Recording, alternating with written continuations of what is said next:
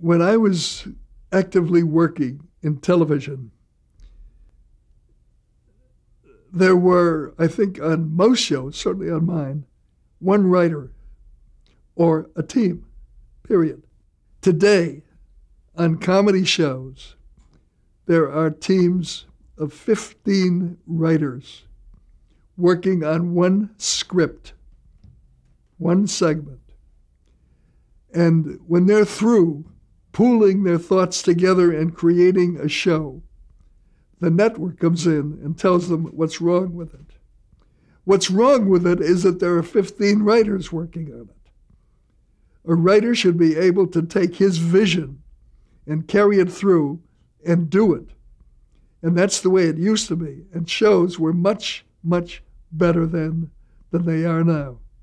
It can't be done by committee. It becomes a camel instead of a horse. And you, of course, always worked alone. Always worked alone, except when I worked with Ben, but, that's a team of two. Sure, sure.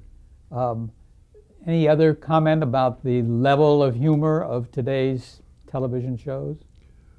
No comment that I can say that won't be cut out. Yeah. I mean, the words that they use today yes. are certainly not healthy for our children to hear, and to hear constantly. And I think the jokes are offensive.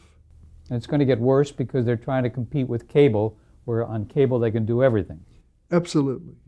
No, I think it's going downhill to a large degree. Also, don't you find that 6 people sitting in a room trying to make jokes is a little bit different than the movement that you got into I Dream of Jeannie, where you set up a premise and there was action, things happening, something going on? There's no question about it. One writer should have an idea and be able to fulfill it, do it. When you bring a lot of writers in, 15 writers, to write one show, it becomes ridiculous.